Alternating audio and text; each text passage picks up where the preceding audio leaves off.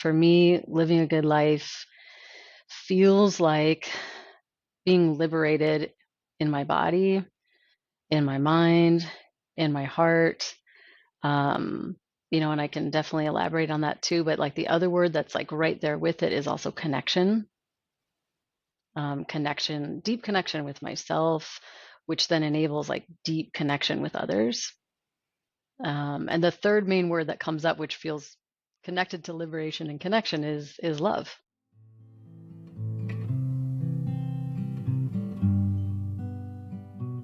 Hello, everyone. Welcome to the Reflections on Living Well podcast, where we explore perspectives on the good life in the 21st century. I am your host, Broderick. I hope you enjoy this conversation.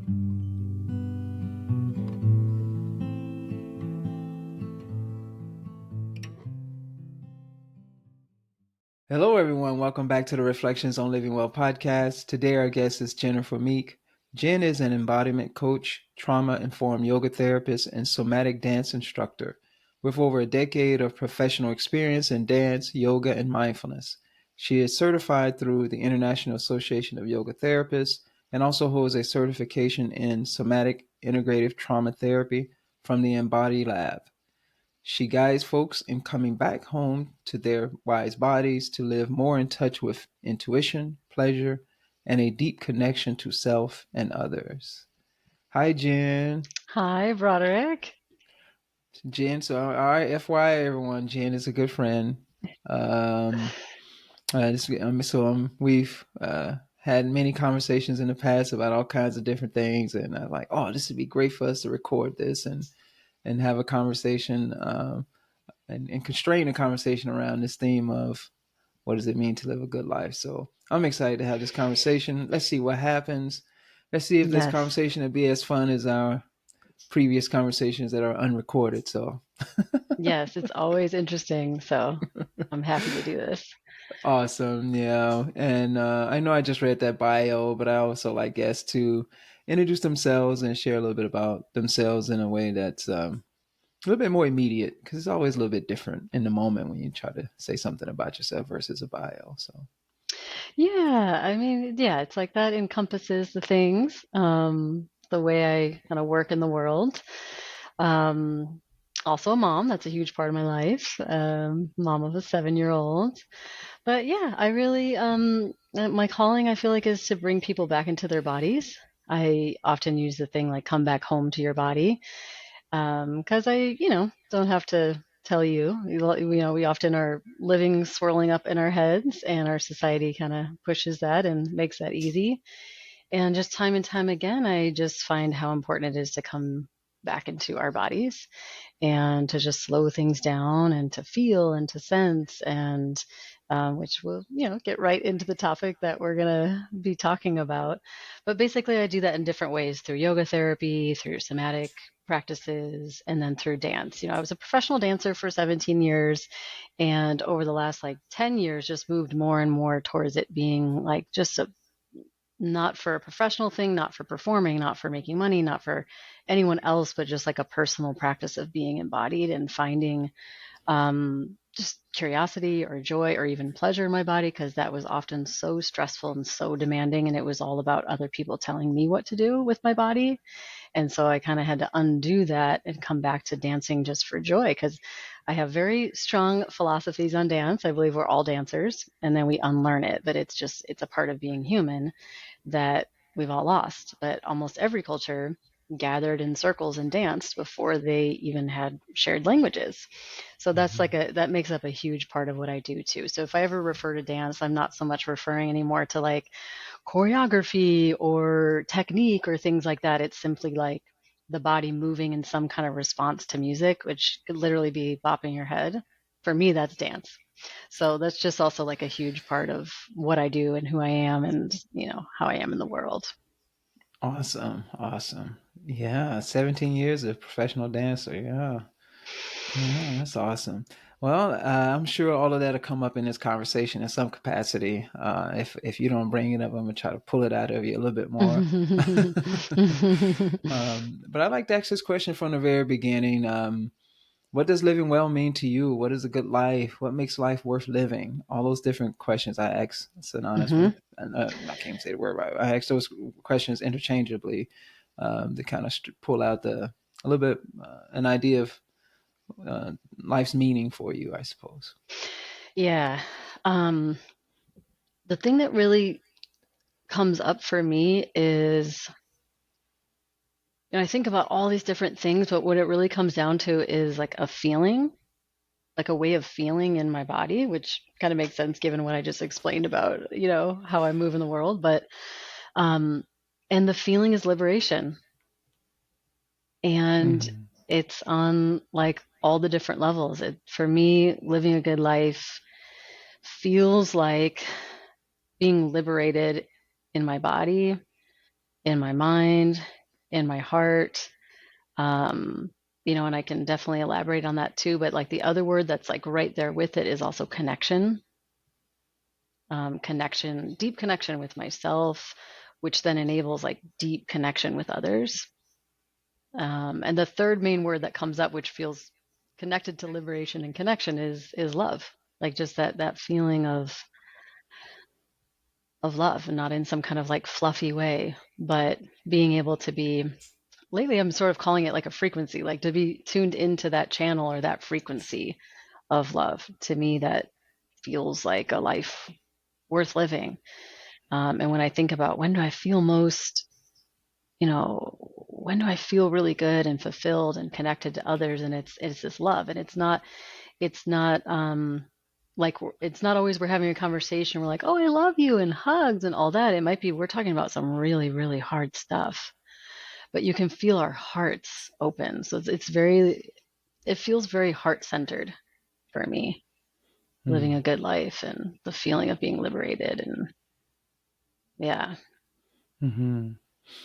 Yeah, I love that. I think I like that because it's we're it's a podcast. We're engaged in intellectual exploration, using language to talk about all these different things, which I think is important. That's of Hmm. course that's why I'm doing the podcast.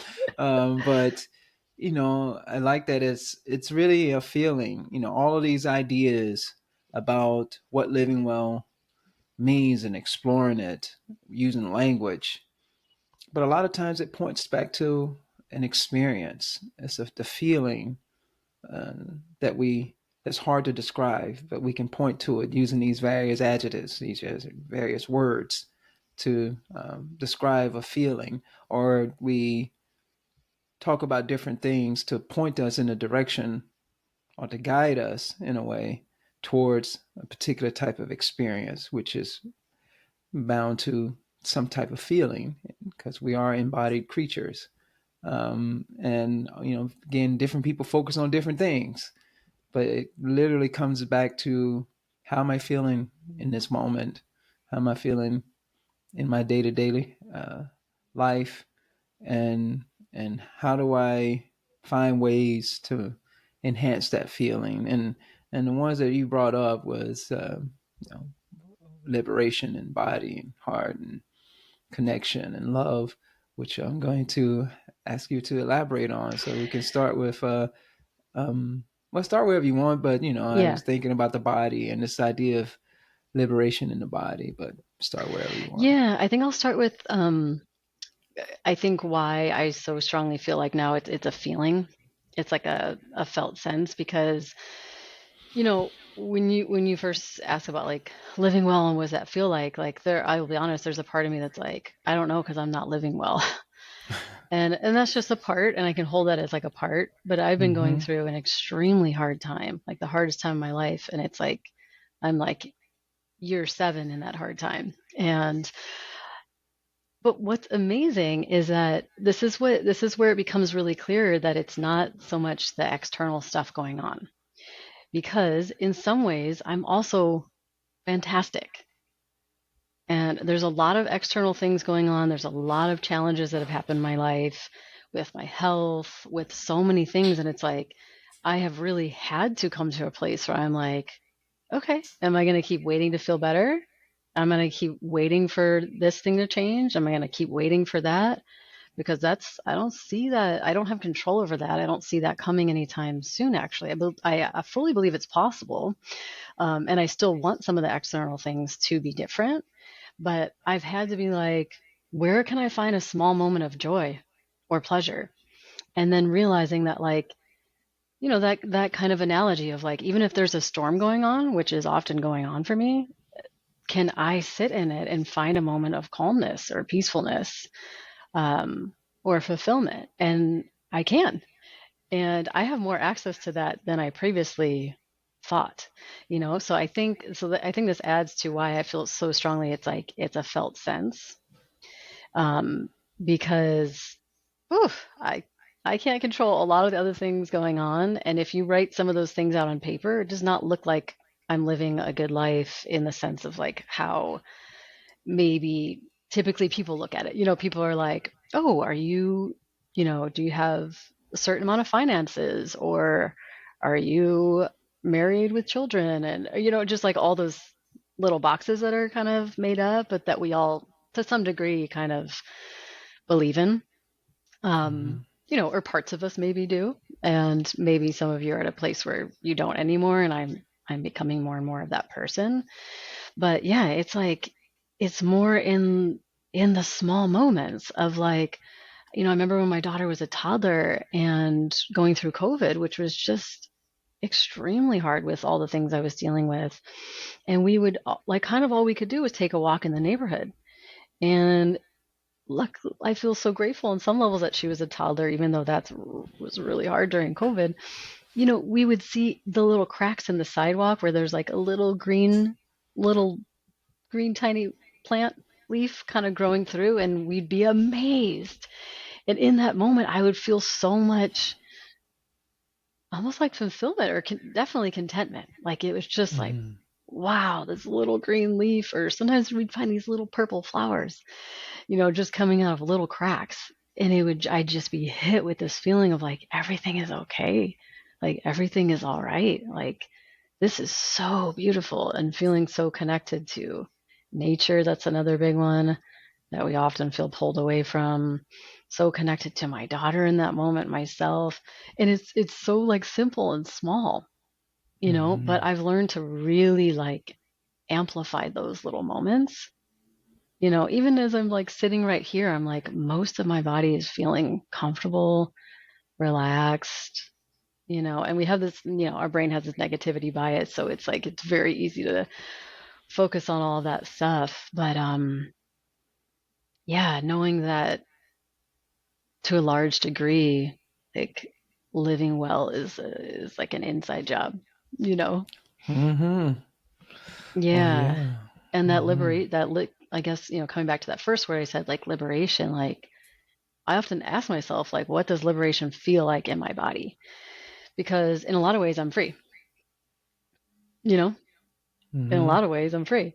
But if I actually can't feel that, I mean, what does that really mean, or what does that really do for me? And then finding the ways, like, what are the things that help me feel more free? And for me, for sure, it's dancing. I Mm-hmm. feel it's so interesting because it's such a body based thing.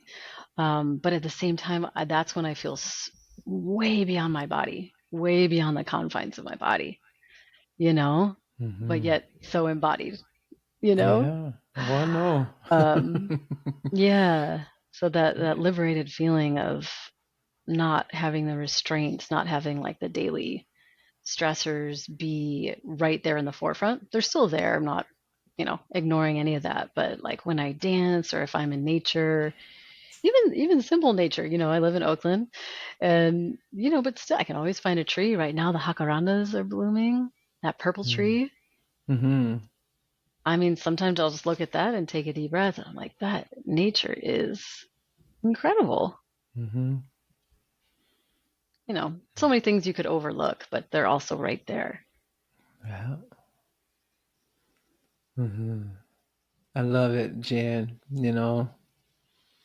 I love how you started off saying, I think it's a subtle but very important point when you said that feeling, that felt sense of living well, and also recognizing the parts of you that are not living well. And this is why I asked those questions, those three questions. What does it mean to live a good life? What it means to live well, but what makes life worth living? And again, I Hmm. use those questions. I was about to say synonymously, but really interchangeably because they're pointing to the same thing. They kind of support this idea of, hmm, I guess when one asks those questions, it causes one to reflect on their experience, reflect on how they are experiencing life. And the reason why I just don't use the good life or just living well, because some people may think that it's all the time. That's why what makes life worth living is like even during those moments when we're not living well and it doesn't feel good, that it's hard, it's challenging. It's still life. There's something about life that makes it worth it. Yes. What is that thing? What is it? And it is, I think, that felt sense like you. I agree with you that it's something subtle. It's the little things, those moments of experience, even within all the storm. Hmm. We can have those moments of stillness and equanimity, or those moments where we can soften. Yeah. Those moments of being really present, being really engaged, where we can capture a piece of nature, a plant coming out of the concrete or whatever. Like how do I just sit and be with that? Or being with a young child. In your case, being with your daughter, that connection, to be in that space, no matter what else is going on, those moments, those experiences make life worth living. Um, mm, Yeah. And they can be so fleeting, but what I feel like I've also learned is like how to amplify them. mm-hmm, You know what I mean? Because I think before, not I think, I know before, and especially in just our busy, fast-paced lives, I could see that little flower and be like, oh, that's so cool. There's a little purple flower coming out of the sidewalk. And now I'm like, purple flower in the sidewalk, like feel my feet on the ground, mm-hmm, breathe through my whole body, feel, you said softness. Absolutely. Like the more I can soften my body, oh, the more I can feel not confined by it, but an expansive kind of feeling. Like literally sometimes I'm like, how can I like be bigger? It's just like a really simple thing, but I'm like, how can I be bigger? How can I feel bigger? mm-hmm, Because, smallness, tension, tightness, all that, contracting inward kind of feeling. Maybe even just mm-hmm, opening up my palms or like taking a deeper breath and like letting my chest take up more space or, whatever it is. Just really amplifying it because when it was so hard to find anything like that, like I really had to, like in those darkest of times, it was the first time in my life. There was a lot going on, but I remember this one night I had this thought of like, I, um, I don't want to live like this anymore. Like, and I share that because it's kind of like, I was having that thing of like, this is not worth living for. mm-hmm. Yeah, But again, what's so beautiful about that is like, then I had to really be like, well, what is worth living for? Because exactly. I'm feeling, I'm really noticing, I'm really clear on this is not it. Um, Mm-hmm, and I still have some things like that where I'm like, this is not it. mm-hmm, So I've had to really dig deeper to find what is worth it and then let myself stay with it, amplify it, really take it in. And it's a practice. It's a daily practice. And just like anything, it's like about a year ago I had to get a car and I got, doesn't matter, but I got this Mazda SUV thing. I'd never seen the car before. Well, then of course once I get one, I'm like, oh, they're all over my block. I see them everywhere. It's that kind of thing. It's like it's that daily practice, ritual, routine of like noticing, oh, this is what it is. Like this is why I'm here. mm-hmm. This is what it's about. Um, and letting yourself feel it because if it is just a thought, I think it's easier for it to just kind of come and go. And sometimes you don't even notice it. But if you can pull it into it being a felt sense and letting it change your breath or your posture, um, softening the face. And then, when our face is more relaxed, it's easier to like actually communicate and connect with people and like see the good in people and and then you end up going to the cafe or something and you're like, oh, that was a really nice experience.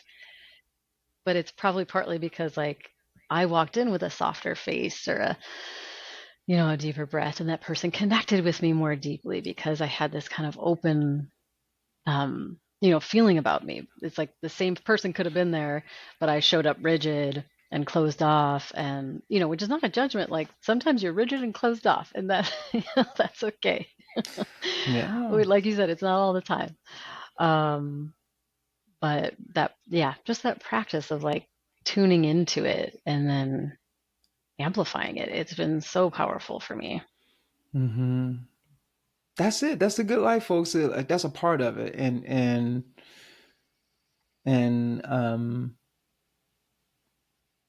there's challenge in goodness.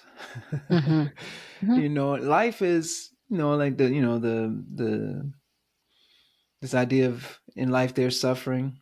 In Hmm. life there's always going to be challenges. There's going to be discomfort. We don't know what we're going to meet moment to moment.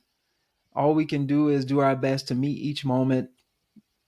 It's well, I mean, just use the word softness again. It's with as much softness as we can, but sometimes we're going to be stiff and hard. But how do I learn how to soften around that and recognizing that life is difficult and it's not the same for each one of us. I'm not going. You can't compare. You can't have the how difficult your life is Olympics, and my Mm-mm. life is harder than yours. It doesn't matter. It's difficult, and I think for difficult for people in different ways. Yeah. And how do we meet those moments? How do we recognize that that's just a part of what life is about? Um, I don't think we can change that, but what we can do is what you said. We can amplify those moments in the difficulty when we find stillness, when we find a little moment of peace. How do we learn how to amplify those things? And that requires some type of practice. Hmm. Dance can be that practice, yoga can be that practice, because it is quite liberating when Hmm. we allow ourselves to, how do I say it? I'm trying to be careful with my words here. How do we allow ourselves to, I'm just going to stick with softening because that's just where I'm at this morning. How do we soften around the difficulties that we are experiencing? That requires some kind of practice, but that is what allows us or makes life worth living is that I can learn to soften around the difficulty of being a human being. I can find moments of peace. I can relax. I can tap into my body and take a few deep breaths and allow my nervous system to calm down for a moment. Even though I'm stressed out about whatever that's going on in my life or outside of um, my body in the world that's causing me to be stressful. How do I practice not allowing it to? How do I practice not amplifying that and Right. amplifying those moments where we can find a little more ease? That's it's challenging, but Yeah. it makes life worth living. I don't think we can escape the challenge. Yeah. And sometimes I've been there. You go in those dark places, and you're like, I'm glad you said that. Like, this is not worth it anymore. I can't do this. For some people, they pick up a bottle and just say, you know what? I'm just going to escape it all. I'm going to drink myself, numb myself to it all. Some people take their life. Yep. Some people get caught into whatever thing, substance abuse, I don't know, whatever, shopping abuse or whatever, try to find something to escape in, and try to run away from it. That's not a good life, actually, because we're running. Hmm. We're never going to find that ease in that way. But when we actually do it as you're suggesting, figure out how to amplify those moments of ease, that felt sense, that quality of the experience that we say that's good, that feels good. How do I amplify those things? And Yeah. learning how to do those things can make life worth living. Yeah. And it has to be, it has to be authentic too. Mm-hmm. So that's one of those things too where, I always say like coming back to the wisdom of your body, because it's like, I teach classes and I work one-on-one with folks, but it's like very co-created kind of practices, because it really has to be authentic for the person. Like for someone else, they Mm-hmm. might not have that same response from that purple flower growing out of the crack. They might be like, "Oh wow, that's amazing that it can grow like that," but it doesn't hit them the same way. Nothing wrong with that. It's just kind of finding what works for you. And for me, one of the things that I started with it so small, when I would have those moments of like, this is, everything hurts, or, physically, mentally, emotionally, as you know, Broderick, like I've been dealing with a brain injury and whiplash, and, with such intense pain physically and mentally for long, long, long periods of time, and having a daughter to care for. So, literally being kind of like confined maybe to like a bed with her on me. There wasn't a whole lot to access, but I literally had to drop in and be like, what feels okay? And even if, it might even sound silly, but literally being like, my big toe feels okay, Mm-hmm. or like my ears don't hurt. And it seems so small, but it's like, that's all I could find. But it was an anchor, and it was a starting point, and I started to feel like, what does it feel like? Those places feel okay. Those places are content. And then, like, literally starting to amplify it. Okay, well, if my big toe feels okay, I feel into that sensation. What would happen if I could spread that sensation a little bit farther out? What if my second toe started to feel okay? And then what if it started to feel kind of good, actually? And good can be however it is for that person, right? Like for me, Mm-hmm. good, something can feel really good or pleasurable if it didn't hurt, you know? And so I had to work so much. Like I'm realizing as I'm talking, part of this came out of my chronic pain journey of of really having to like rewire um, the felt sense. But that's totally possible. And another thing that kind of came to mind as you were speaking too is like we were sort of talking about how like in a way you always have like choice to notice and amplify the good things or whatever. And there was one period where I was so deep in it and my nervous system was so hijacked that I was like, if someone would have told me, that kind of common saying of like, choose happiness. And it's that kind of, it ends up being like that toxic positivity kind of thing. And it's like, well, like, Uh-huh. okay, if we could all just choose happiness, like we would, and we would all be fine right now. Like we wouldn't be Right. dealing with all this stuff. You know what I mean? But we usually do have a little more choice than we might think. And I think we often can just jump a little too far ahead. It's like that, big toe or like ear analogies. Like just start really small, because there are little choices. I remember there was a time I was meeting up with some other fellow yoga teachers, right? And I was in that super, super dark place. And I was like, I can't even access the practice, like, because I couldn't like use my body in the way I was used to, all the things, right? And my nervous system, literally, I'd never felt that before, but it gave me a lot of compassion for people that do have more intense, like mental health challenges or disabilities and other stuff as well. It's like I literally could not access it. Like it was not available to me. And especially after having, 10, 15 years of a yoga practice or an embodiment practice, a movement practice, it was like terrifying to not be able to access my breath and my mind and my nervous system in ways that I used to. So, I would get kind of angry or like triggered if someone be like, well, just like take some deep breaths and like do a practice. And I'd be like, I can't. And I literally couldn't in the way that I used to. Like it didn't have the same effect. I couldn't access it. But at Mm-hmm. the same time, there was still something there. I just had to pull it back so, so, so much smaller. And I remember telling someone, I was like, the only thing I could do, I remember many, many, many, many days where the only thing I could do was say this. And what's so interesting is my daughter was learning that word. She would always Mm. go, this, this, this, and like point at things, this. And it became my practice too, but in a very different way for me. But I would just go, this. Mm. And I just meant like this. I'm sitting on a chair. I'm literally sitting in a chair right now. I have four walls talking to you, and I would just go, this, you know, and it was so powerful. But then when someone reflected back to me, they were like, well, that's yoga. Mm-hmm. I was like, you're absolutely right. But I just had to scale it so far back, so we often miss that it's like those little tiny things that you can start to build on. Yeah. Mm-hmm. It's folks. That's. I mean, thank you for sharing all of that. I think we forget. I'm glad you brought up yoga. I was going to say that. Like, this is the practice.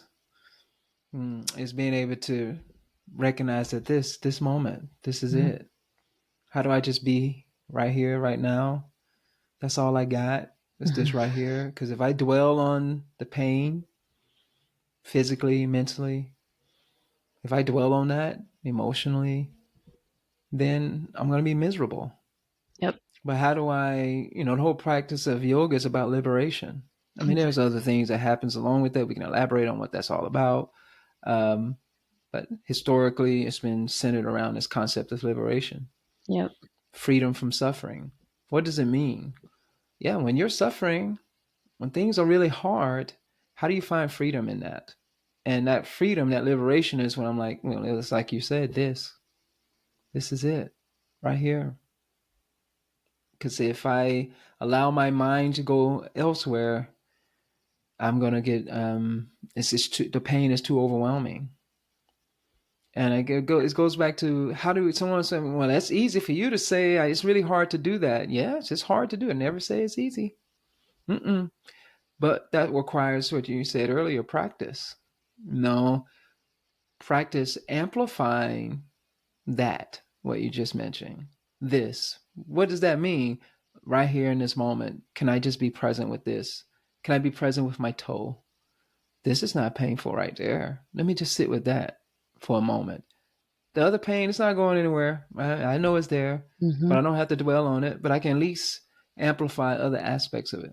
That's basically yoga practice. A lot of it is amplifying a felt sense of peace, a felt sense of stillness, softness, that being liberated from unnecessary suffering. I'm already in pain and I can exacerbate that by dwelling on it. So that's the unnecessary part. So what do I do? How do I liberate myself from that unnecessary discomfort? Is to be as present as I can in each moment and like you were saying earlier, find a way to and I'm use this word embrace a moment of beauty and just let me just capture this moment. This is it. And ultimately that's what it is, right? Every day, every moment. It's just we're just living moment to moment. It's good Yeah. to dream and to reflect on the past and all that stuff, but we're still doing all that in the moment. And if I'm dreaming about a future that I want that I don't have now and I'm getting stressed all out about it, I don't have to. I have a choice. If I'm in some significant amount of physical pain, how do I choose not to dwell on that? I do have a choice. Now, Yeah. for some of us, it may be easier. Well, you remember I was in that car that when I got hit by a car, Yes. and so I was in a lot of pain. Yep. And someone was saying like, "Wow, you whine about a lot of stuff, but you have not whined as much. You haven't whined about this family, like, because I don't. And like, if I'm sitting here whining about this, I'll be miserable because this is painful, and so I'm not going to dwell on that.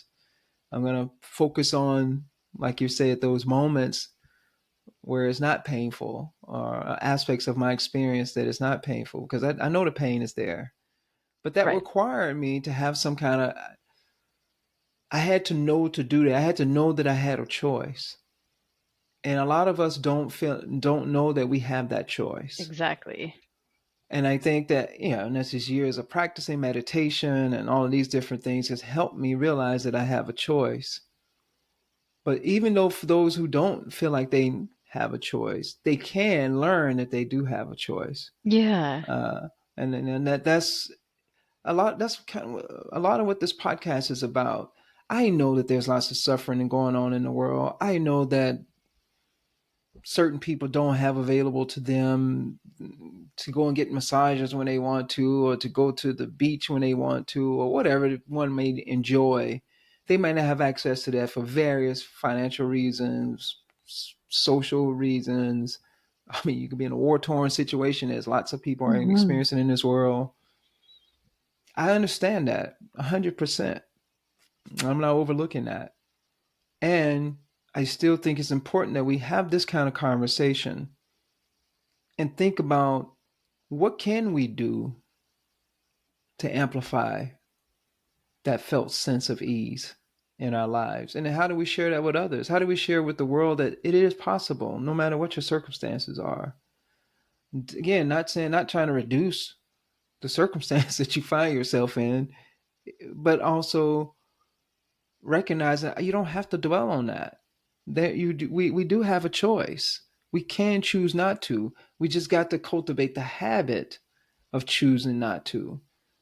And that requires having conversations like this, sharing it with friends and family, and talking about these ideas, the potential or the possibility of not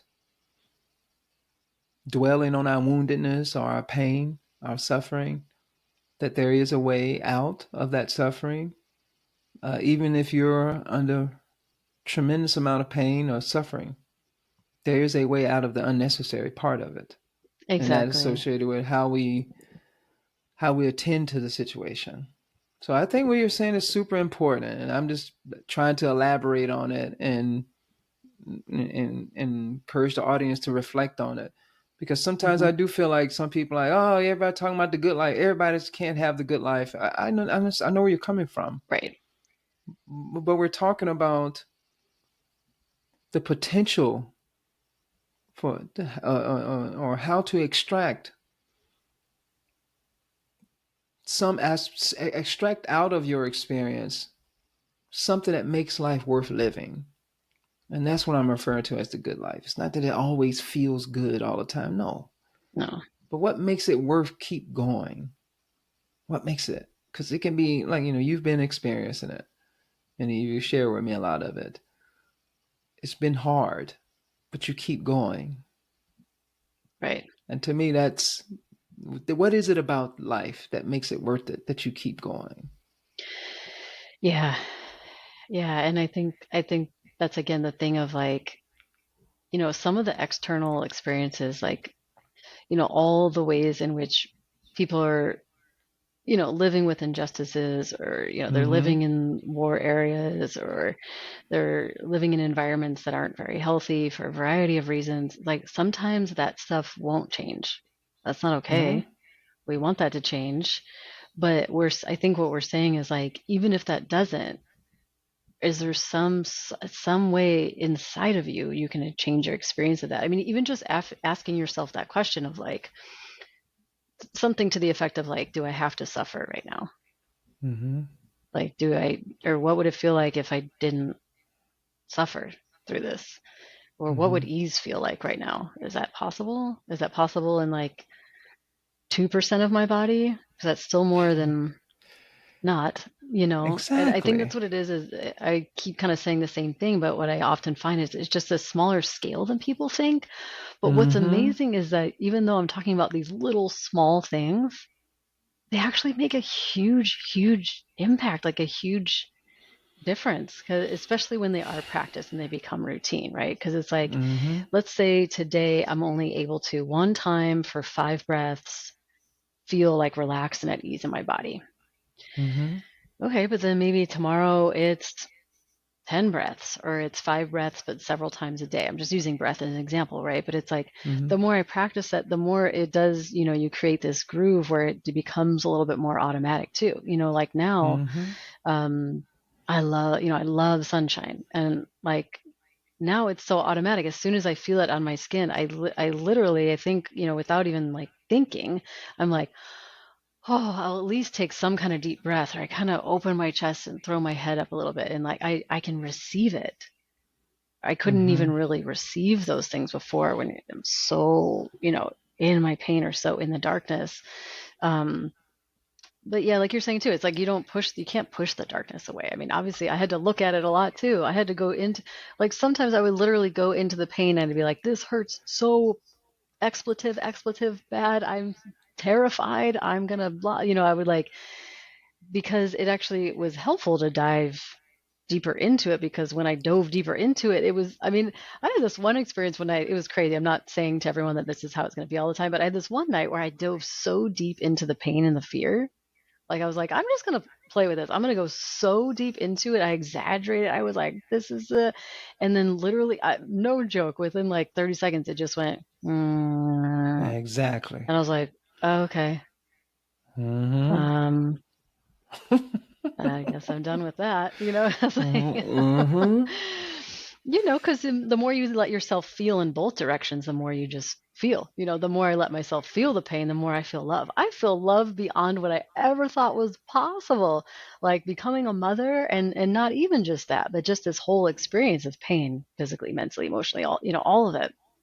It's like cracked my heart open. I feel more pain than I've ever felt in my life, and way more love, way more joy, because I don't miss any of the small stuff. The small stuff Mm-hmm. is like the juice. It's what connects all the little pieces of my day. Mm-hmm. Yeah. Yeah, that's so beautiful. I think, yeah, I know we're on this, and I don't think we're saying the same. We're repeating things, but I think it's that important. How do we talk about something like this and try to be as clear about? We're exploring it. We're playing with the idea, and we get this audience to get to listen to us play around with this idea, this concept.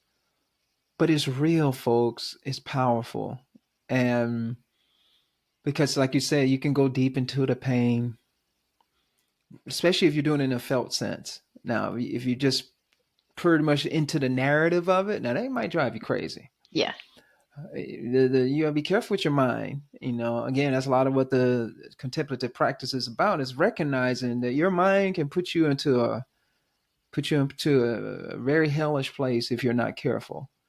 But when you allow yourself to have that, yeah, engage in thinking and exploring the narrative of what's happening in your life, but get really into your body, you'd be amazed at what happens, because it's like you're saying, you're just present. No Hmm. matter where you go, you're really in the moment. And when you allow yourself to just be in the moment, it all dissolves, because it's just that moment. It's just here. Especially when Hmm. you're in your body, that felt sense of like, I'm just here. And I know it's hard to, you know, there's this, I had a Zen teacher, and he was talking about how there's a story of someone who's in excruciating pain, and the Zen master's recommendation was this moment, each moment, new moment, fresh moment, every moment. Just focus on that. New Hmm. moment, fresh moment, right here, right now, every moment. And then you're not allowing yourself to dwell on the pain, basically. Hmm. You're encouraging yourself to be as present as you can. Oh, new moment, wonderful moment, new moment, wonderful moment. Just being in each moment, and via that pain, no matter what's going on, be it physical pain or the pain of the violent world all around you. Um, there are ways to work with what you have. And for those of us, for instance, we're not in a situation where we have bombs dropping on us. I think it's our responsibility to have this type of conversation. I think it's our responsibility to engage in practice, especially if we know that's going to help us be more liberated in our bodies. I think it's our responsibility, because we're all we live in an interdependent world. We're connected to people across the globe. And when we engage in action and activities that facilitates peace and calm, I think it has an effect. Hmm. It has an effect indirectly. Some people might think this is woo woo, whatever. I don't care what people think about that. But I really do feel like it does have an impact.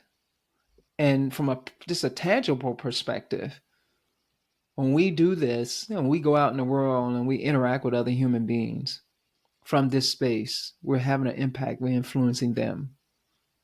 We may facilitate kindness, compassion, doing a good deed, that can have a trickle down effect on others. And I think when we engage in this type of stuff, practice, I think it helps us be better. If those are people who are activists, who are trying to work for social justice, I think you're better off when you're able to do this. When you're able to be present, to be calm in the midst of the storm. How do we help others find that sense of peace and ease, Right. It's uh, like if we're to really be more working, liberated? yeah, exactly. If we're working towards other people's liberation, but we're not embodying liberation, it's like Exactly. what are we actually doing? Because then we're adding to it. It's like on a and then it's like it does. Some people could think it sounds woo woo, but I mean, I think I can't cite any studies, but I think it's actually more scientific than we might think. Yeah. That ripple effect, honestly, like I don't have anything I Mm-hmm. can cite, but I know, like people, I think it is actually, there is a science to it. It's like the coffee thing that I said, like I might go to a cafe and how I show up is going to change how that barista, whoever, talks to me. Not every time, maybe on a smaller scale or whatever, but it matters, like It because does. it affects that person. I had an experience just 2 days ago, my daughter's birthday party. I reserved a picnic table. I go to the spot. I'm looking everywhere for the picnic table. I finally find the one that has the right number on it. I walk up to it, and there's already a huge group of people setting up a party. And part of me was like, oh no. And I check my email. Did I mess up the date? I have the date right. I have the time right. I have the picnic site right. This family is there already setting up with a barbecue, and they have signs up for their loved one that has passed away. And Mm. I'm like, am I going to confront these people and tell them I reserved this spot? I also am celebrating my daughter's birthday. I'm like, what do I do? And I felt my feet on the ground. I wiggled my toes. I took a couple deep breaths, and I said, there's always a way. And it's again, it seems so small, but it ended up being huge because I go, there's always another possibility. If I am coming at it from that liberated space or feeling state, like there's room for all of us. That's what I told myself. There's space for all of us here. I don't know what this is Mm-hmm. going to look like. I don't know what's going to happen. I ended up talking to them. I don't think they had a reservation, but I was just like, you know what? I know there's like a third possibility. And long story short, it worked out even better. I found a couple public tables that you can't reserve, but they were right by the playground. And that's kind of where the kids wanted to be for my 7-year-old's birthday party anyway. And Mm-hmm. I told the people, and I think who knows, but I have a feeling because I walked up to them and approached them in that way. And I said to them, I said, like, let's work it out. There's space for all of us. I said, whether we share this spot together, or I said, there's some picnic tables over there. I'll go see if they're still available. If no one's there, we'll just grab the public ones and set up. And, then it's all smiles. They're wishing my daughter a happy birthday. And again, I can't say for sure. I can't prove to you that the way that I was trying to embody liberation and showing up, knowing like there's space for everyone, there's possibility, there's more choices, and there's a third way, there's a fourth way, there's a fifth way. I can't measure that, but I feel pretty positive if I showed up and said, I have this spot reserved. Did you reserve the spot? Or something kind of like that. Who knows what could have Mm-hmm. happened next? And I probably wouldn't have seen the possibility that there's two public picnic tables right there, and I could probably just take them and maybe no one would complain. Yep. And it worked out better for everyone. Exactly. Isn't that beautiful? Yeah. And like, I Uh, think that stuff happens all the time if we notice it. yeah. It happens more than we think. We don't. This idea of having to prove it, needing a scientific study. I mean, some things are common sense. And I think about your life. You might not, if you really think about it, just subtle moments when someone was kind to you, and the impact that has had on your life. There were people who, I tell this story a lot about my experience. There were people who were kind to me, who helped me basically get into college without going into all the details. That put me on a trajectory for the rest of my life. Here I am for the rest of my whole life has been dedicated to how do I serve and help others. Was that already in me in some capacity? Probably.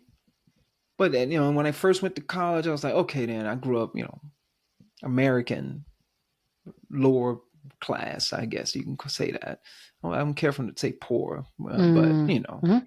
lower working class. And I didn't know much of anything about the world. And I went out. I was like, okay, then I got to college. I'm like, I'm going to become a chemical engineer. I'm going to make all this money. I'm going to never be poor again, blah, blah, blah. And I'm going to get my PhD and be a professor or work as a VP in some company doing research. And I'm like, got a minor in financial, what do you call it? Financial investment, whatever, learning about the market and all that kind of stuff. I'm like, okay, I'm going to get rich. I don't ever want to be poor. And I'm going to help everybody get out of poverty. And it flipped. It changed. I don't mind being rich, universe. I'm just not. But I'm not putting that out there. But I decided to focus my attention on helping others and trying to help people move forward in their lives to find a little bit more peace. Even doing it all the way up to now, all these years doing this podcast, I'm not motivated to get rich. I'm motivated because I'm really interested in helping the world be a better place, helping increase more love in the world, and having these conversations. I think are important in moving us in that direction. Um, but that was initiated because people were kind to me. People saw something in me. I want to help you go to school. I had never been on a college campus. I didn't know if I would go to college or not. I probably gave some lip service to it, but it was not a real thought because I didn't know what it was. But I had guidance counselors and teachers that were encouraging and coaches that helped me get to where I am today. And it's like you don't know the impact that you're going to have on someone's life. You just never know. Absolutely. Um, Being kind, a guidance counselor helping you talk, having a conversation with a student, or in that situation, you don't know the impact that's going to have. Next time, those folks, they might be like, okay, maybe we should reserve a picnic space, or maybe if they run into that situation where someone reserved or is at a place that they reserved, and they'd be like, you know what? Let me give them some grace because I've experienced that before. And then those folks, Right. maybe not, you never know, but maybe not in that moment. It may take them a decade before they realize it. And like, you know what? I've been an asshole, and I remember people in my life that were kind to me. I get to learn how to be more kind because they've had that experience of someone being kind and showing up in a liberated way, like you did. And I think that that has an impact. And nothing is isolated. Nothing. And we can talk about the how that expresses itself physically in the material world, like we're talking about, but I think it affects things subtly as well. And I want, I like to say I know that, but I won't say I know 100%. But I really do feel like what we're doing, having this conversation, even if no one listens to it, um, we're having an impact on the field of consciousness and how consciousness expresses itself in the world by having this type of conversation. Yeah, and You okay, know. you're bringing me to another part that I brought up, which is how I kept coming back to, I think the words that I said were like liberation, connection, love, and that it's a very Mm-hmm. heart-centered thing. And that's what I'm feeling right now is the heart-centered connection. It's just even Mm-hmm. having these conversations. I feel like it opens Yep. up our hearts. And Mm-hmm. this is to me what is worth it. Yep. And again, it's not that it doesn't need to be all lovey-dovey or all this or that or whatever, but it's just the taking the time to connect to you, to myself, to my breath, to, um, whoever ends up listening to this, maybe they're feeling connected to themselves or to us or in their bodies, or that it's very heart centered. And like I literally feel it right now. I feel um, kind of like a warmth and a little kind of like a tingle across my chest. Mm-hmm. And so like in this exact moment, I could, number one, I could not notice it. Very, very common, but I was just able to notice it because of practice. And two, I'm amplifying it by telling you I'm feeling it. You might have noticed I kind of changed my posture. I'm just like sitting up a little bit more, so I feel like I literally have more space for my heart, Mm-hmm. and I'm just breathing into it. And Yeah, that's exactly that practice, you know. This right now is what makes it worth it to me. exactly. Yeah. It's like it's a it's like a trick. You're tricking yourself. Again, yoga, it's all about tricking your mind. All these different meditative, contemplative practices. Or even asana, or physical practice. You're tricking your body, quote unquote, tricking, Hmm. or coaxing your mind and your body in a direction that you want it to go. And when you practice that, then when moments like this happen, where you can feel it, that open heart, I love Yeah. it. I love having these conversations personally from just a selfish perspective. I What you just said, I love that feeling. Hmm. I get to have that connection with others, through the internet, but I get to see people, look in their eyes, and connect in this way, and have this intimate conversation, authentic conversation, exploring. And for me, I stumble along the way, and I have a lot of self-judgment about how I use words and stuff like that. But I can push through that, Hmm. and just enjoy this moment, because this is going to help me live better, actually. The Yes. more I engage in these types of conversations, your story that you just mentioned about the picnic, it's like, okay, that's very interesting. You don't know how that's going to impact me. I think it's going to have a positive impact on me. To remind me, you just reminded me. I'm like, okay, it's okay. There are possibilities. Other options are available in life. I don't have to, it doesn't, we don't always get things the way we want it, how we want it, and when we want it. Mm-mm, we And often life can, don't. is often don't. But life can still be good. You had a great Hmm. time with your kids. The Yes. kids, even if they were right by the Yep. playground, it works out. You build a connection with these folks. You had an impact on these folks' lives. You never know how grace expresses itself in our lives, and you just gave an example of that, and also just in this moment that we're having, and having this type of conversation. And we say, listeners may be tuned into it. Some listeners are like, "This is BS." They might, Yeah, that's okay. and you know what? That's okay. Now, actually, that's great. Now, why is it BS? Why do you think what we're saying is bullshit? Right. And that would be great. Okay, explore it. Why you don't like what we're saying is too woo woo and blah blah blah? Slowing down. Interesting. Slowing Slowing down is a down. huge part of the practice. Slow those thoughts down and just check in. What's there? Check it. What's there? What's happening? Hmm. You said something. We're getting close to the end here, but you said something. You talked about connection and love. But you said something. I would love for you to share more about something else about connection. But I want to highlight this one point though. You mentioned earlier about you've experienced so much pain. It was so much, but at the same time, you experience more love in your life. Can you share a little bit more? Can you elaborate on that a little bit more, unpack that a little bit more for us? Gosh, it's so big. I can feel my heart going. Oh, well, gosh, I don't know. Okay, let's see if there's words. I'm not sure. Right. Um, I feel like, well, feel like part of it started with becoming a mother. The the pain and the challenge of that felt like it cracked my heart open. But I think because also the beauty of a little newborn, a tiny human that just crossed over, it's like it's such a beautiful thing. It can be so painful to be at such a dark point and also have this like um, one of the most precious experiences you can have in this world happening at the same time. Mm. And so it like forced me, like I remember looking at her one time, like giving her a little bath. And I can't explain why, but I just saw like her little vertebrae, like her little spine, so tiny, the little vertebrae on her back. And I don't, I just, it just reminded me of one of the first ultrasounds that I got, and it showed Mm. like those little bones, growing in her back.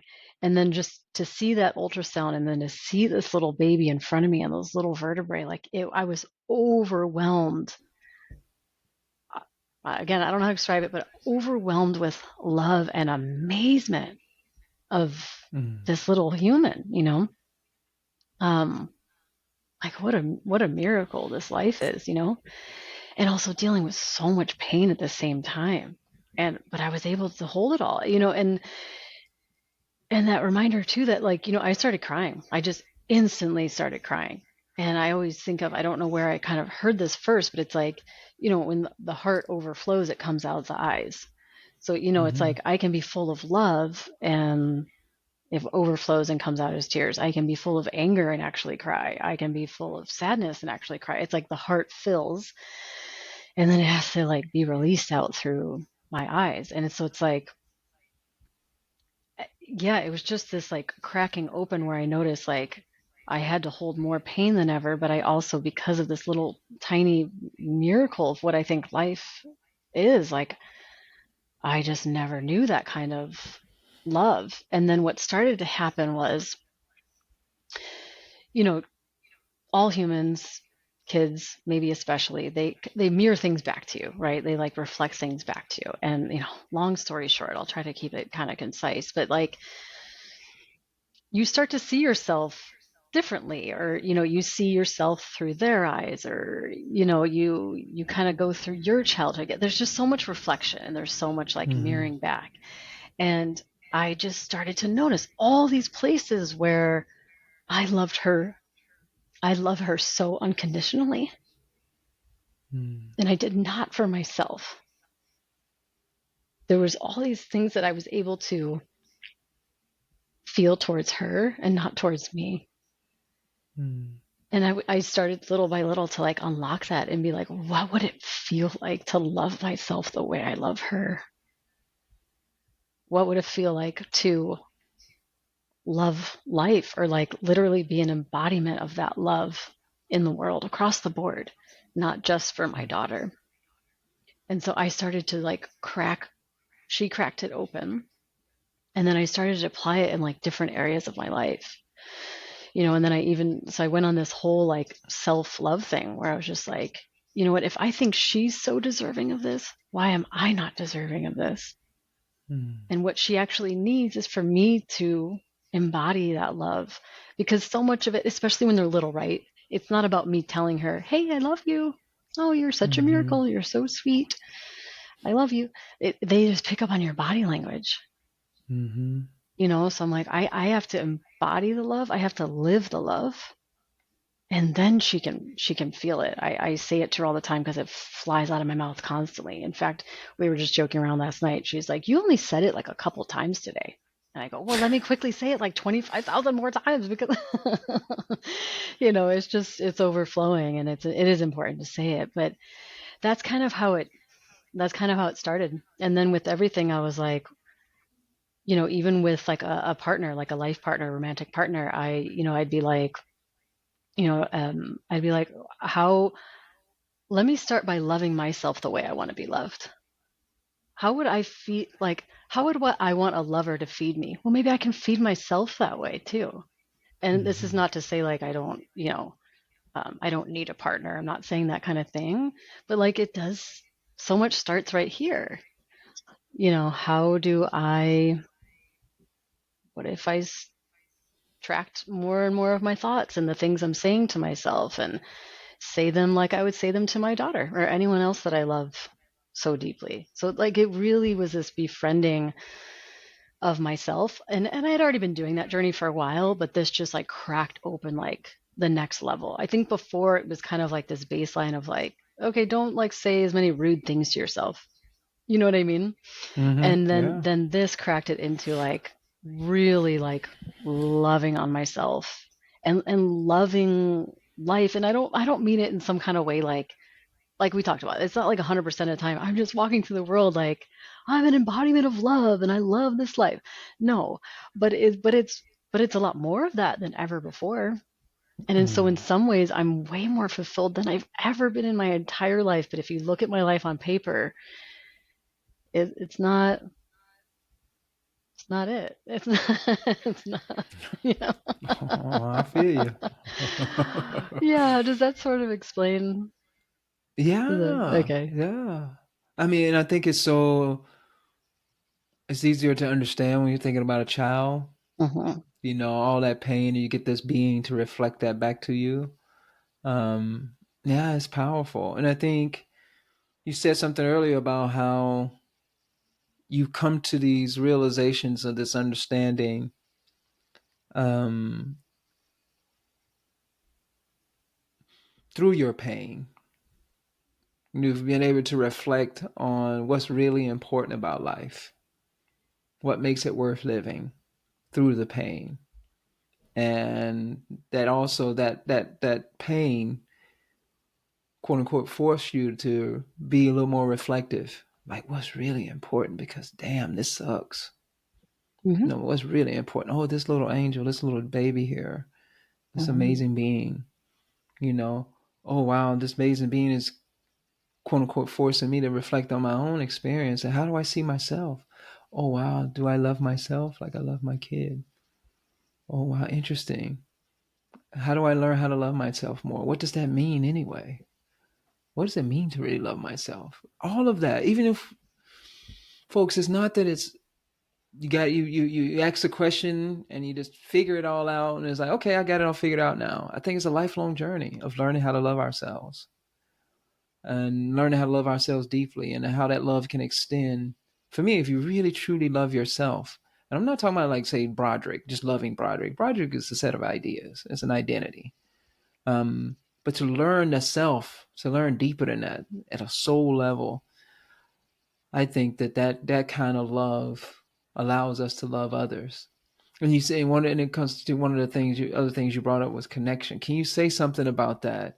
Why connection and connecting with others is so important? I know I just Yeah. mentioned something about how loving ourselves deeply, and you mentioned it too. When, you're going to be in a relationship with someone, having that profound love for yourself can extend out. But how does that impact connection in general to others? And Yeah.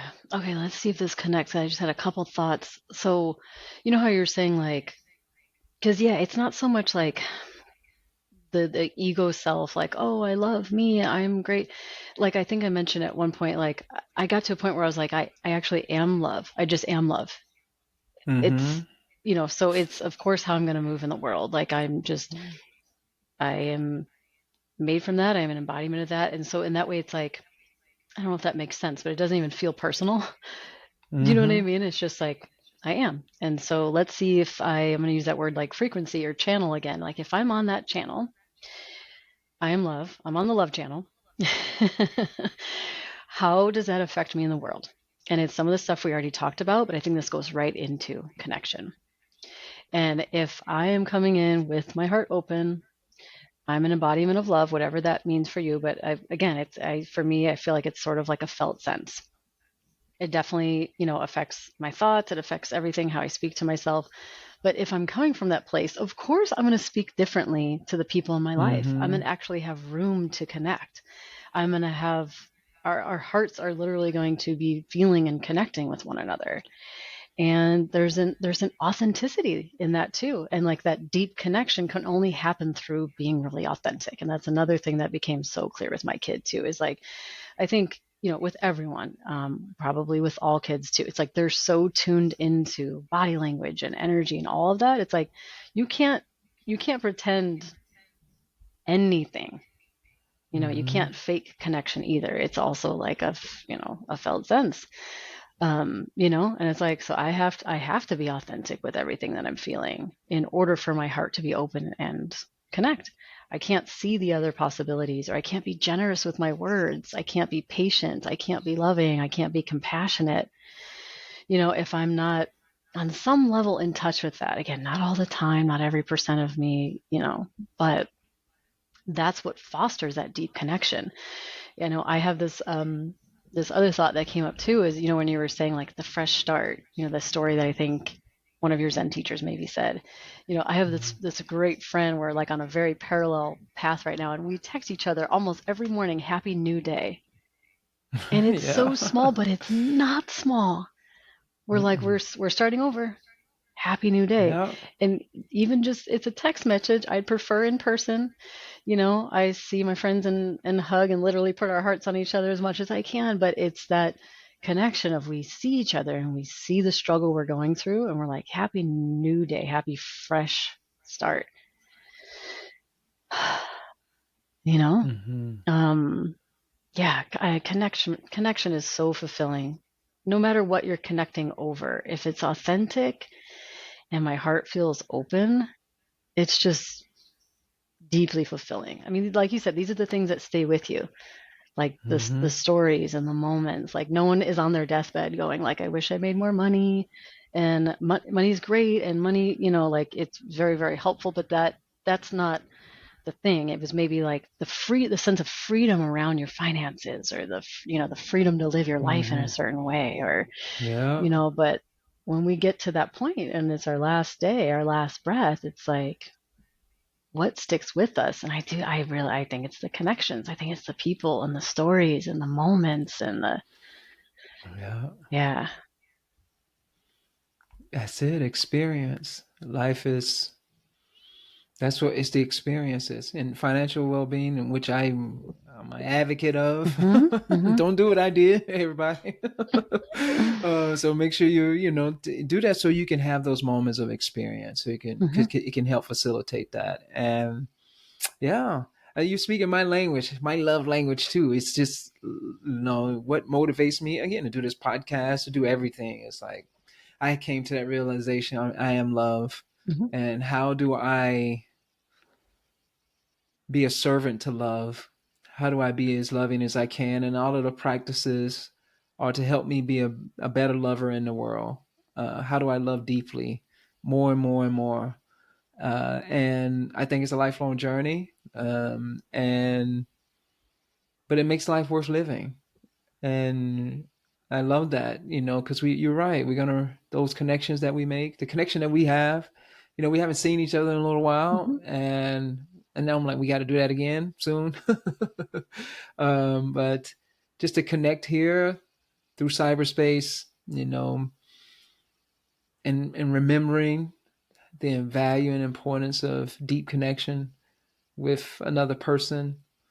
And when that connection is rooted in love, it's just powerful. Mhm. Think about the world. A world that's full of more love is beautiful. And not to say that it's going to happen overnight, Mhm. but I think those of us who are trying our best to work for it, to encourage it, to speak to it, to try to embody it, we're going to stumble. I know I stumble, and I fall. I'm like, that wasn't as loving as I could have been. Mhm. Let me reevaluate. How can I be even more loving? Oh, I still got some hangups. I still got some patterns in my mind that I haven't let go of yet. That's limiting me from being as loving as I possibly could. So let me work on that part of myself, and so that I can maximize my capacity to be loving. I say that all the time. On my deathbed, I want to be able to say that I was as loving as I possibly could have been. That's it. Yes, I would love to have stuff, but at the end of the day, I think it would be amazing for me to be able to reflect on I gave all I could to be as loving as I could have been. That would have been that'll be a good day. That'll be a good way to end. Gosh, I couldn't agree more. Yeah, and that just brings it back to like, so much of what we're talking about is like the self journey, but it's not Mm-hmm. it's not alone. Like we're doing this together, and Oh that's the yeah, connection piece too. That fulfillment. Like we yeah, do the inner work, but it's not without all the support and connection of others. Everything is, you know, intertwined. yeah. I know we're gonna close there, but I want to make sure we say this, folks, because it's not woo woo. It's not. Don't take it so lightly. Think about it. If you can develop and cultivate yourself to be as loving as you can and caring and these various positive qualities, or expressing moral excellence, I'm gonna say that. When you do that, that's going to influence your business decisions. It's going to influence how you do your business. And if you are interested in, some people are inclined to create businesses and sell products. Having that in mind, being that type of person, that's going to guide you and influence you the type of products that you sell. It's going to influence how you sell your products. a lot of the marketing strategies are not. There's not a lot of love going on. When folks constantly do anything to try to sell you something. Mm-hmm. But imagine a world where people might, the utopia would be up here, people are loving and the things that they do express that love. I think that's a world worth working towards. Not Mm-hmm. to say we're going to arrive. We definitely, I don't see us arriving no time soon. Not me, not in my lifetime. Thousands of years, you ask me, the way we behave as a species. But imagining that and working towards that, 1,000 years is nothing. Mm-hmm. 10,000 years is nothing. And I think, in relative to um, existence itself, what if we do that and we work towards that? That to me, that makes my life worth living. Is though I may not arrive at a world where everyone loves each other and everybody is kind and compassionate human beings, I'm not under any illusion that that's going to be the case in my lifetime. But it's worth it. I feel like it's my duty because I'm not only do I live for myself, but I live in connection with the future generations. Exactly. You know, that's love that extends beyond our own lifetime. Mm-hmm. Where I can love in the past and love way out into the future, and knowing that, oh, okay, my actions today is going to have the impact on humans 1,000 years from now. So, so good stuff, It actually Jen. matters. Yeah. Yeah. So everyone Uh, listening, like go do an experiment. Go do the ripple test. Go spread a little right. like love or generosity or kindness and see what happens. See what happens. Yep. Well, Jen, it's been awesome. It's been too long, and I'm glad we were able to do this. Me too. I love another reason why I like these conversations. Like this morning, some days I feel, my mind feels really clear. I'm like, yeah, this morning is not one of those mornings where I'm like, man, oh man, my thinking is not as clean, as clear as I would like for it to be. But I love it too because I'm just, it's just a raw, organic, natural conversation that we're having, exploring and stumbling along the way. I think that's it. We're just stumbling along the way and we're doing the best we can. And thank you for coming here and sharing your thoughts, your experience, being vulnerable and open to expressing yourself in the way that you've done. And I've really thoroughly enjoyed it. Me But too. before we sign off, any final thoughts you have for the audience? I like to ask that question at the end. Oh, any final thoughts? I mean, nothing's really coming to mind. Just that, like, I feel like we are in this whole, podcast. It's like we're embodying what we were just talking about. It's like you showed up authentically. I had the same kind of morning. I'm actually dealing with pain, and I'm like, Mm, I'm not at my best self. And I just knew, I said, I don't need to be anybody else. I just need to right? show up as me. But Broderick, it's also because I know you. And I know Mm, you would show up that way. You know what I mean? So you give me the invitation mm, to do it. And so that's just keep moving that forward, that authenticity and connection and yeah, liberation. So that's all I got. right. So thank you for the opportunity and to connect today. Really appreciate it. Yeah, I really appreciate you too, Jen. Same thing, being able to open myself. You invite that, just your presence. I can feel it through the internet. Same. And yeah, that's I love you, sister. And this has been great. And I hope we connect again really, really, really soon. Me too. Love you so much. Take care.